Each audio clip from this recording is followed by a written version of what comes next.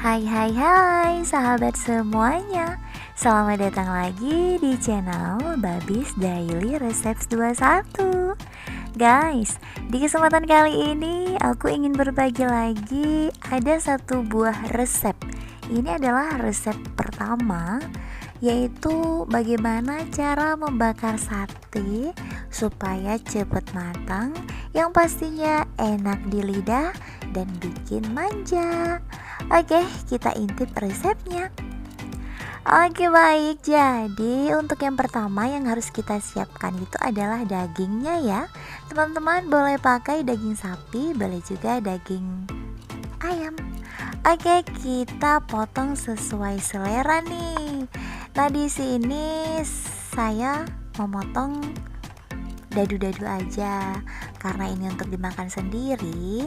Potongannya itu agak besar ya teman-teman, beda kalau misalkan kita mau jualan. Oke, ini dia untuk hasil potongan-potongan manjanya.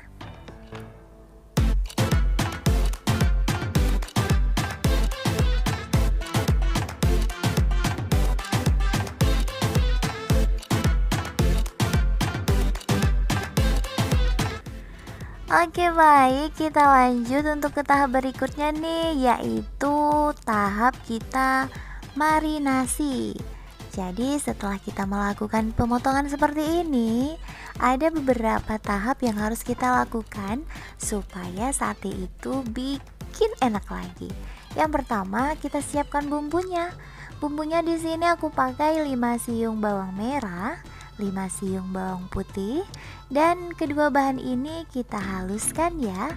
Boleh teman-teman pakai cobek atau boleh teman-teman juga pakai blender.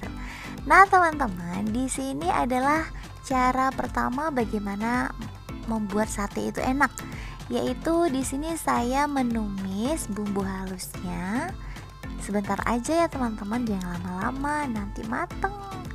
Jadi sebentar saja kita tumis supaya apa ya? Supaya lebih enak aja. Jadi ini adalah resep pertama. Untuk resep berikutnya ini ada yang versi tidak menumisnya teman-teman. Jadi teman-teman itu tidak boleh lupa like, komen, dan juga subscribe supaya teman-teman mendapatkan notifikasi resep-resep harian berikutnya. Oke, baik, ini kita tumis bumbu halusnya sebentar saja ya teman-teman. Oke, di sini saya menambahkan kecap manis. Teman-teman boleh tambahkan sesuai selera. Kalau misalkan teman-teman banyak anggota anak-anak yang makan, teman-teman boleh menambahkan sedikit banyak kecap ya. Terus di sini saya juga menambahkan saus nih teman-teman. Untuk saus ini juga sesuai selera ya. Kalau misalkan anggota yang makannya itu yang gede-gede, yang besar-besar, ataupun mak-mak ataupun bapak-bapak, teman-teman boleh menambahkan sausnya itu lebih banyak lagi. Nah teman-teman, yang gak boleh ketinggalan itu adalah kita tambahkan sedikit micin ataupun penyedap rasa. Teman-teman boleh menambahkan merek apa aja ya. Di sini saya menambahkan merek Royco teman-teman.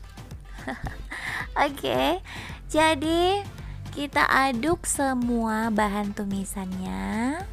Pokoknya jangan lama-lama, sebentar saja. Nah, jadi setelah ini kita masukkan dagingnya. Jadi pada saat kita memasukkan dagingnya, teman-teman langsung matiin api kompornya biar satenya itu nggak mateng teman-teman. Jadi di sini kita matengkan bumbunya.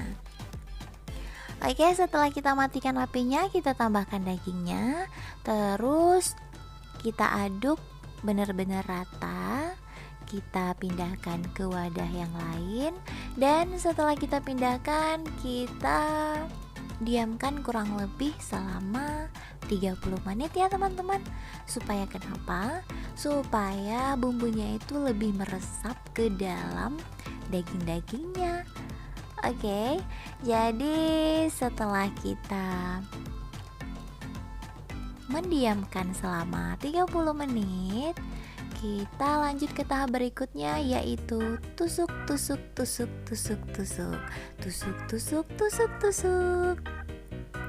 Nah, jadi untuk penusukan sendiri teman-teman boleh menusuknya sesuai selera juga ya.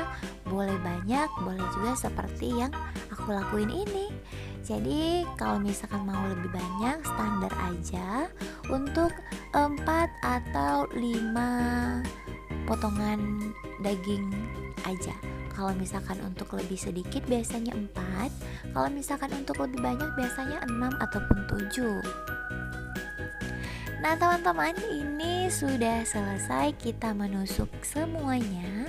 Dan untuk bumbu yang masih kesisa tadi, teman-teman boleh merendamnya sambil kita menunggu bakar-bakaran lainnya.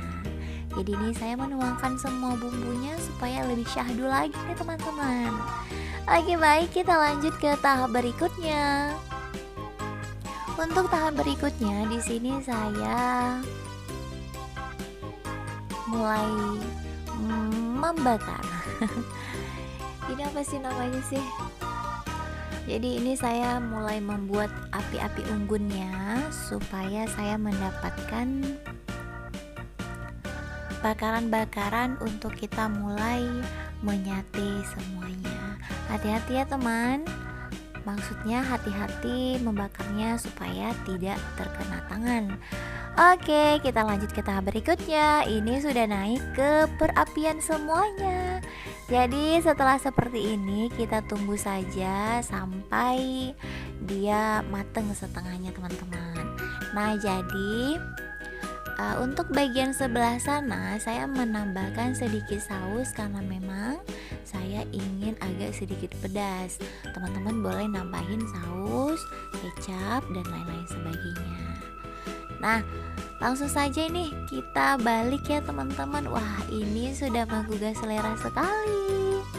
Wah oke, kita balik semuanya. Jangan lupa dikipas manja.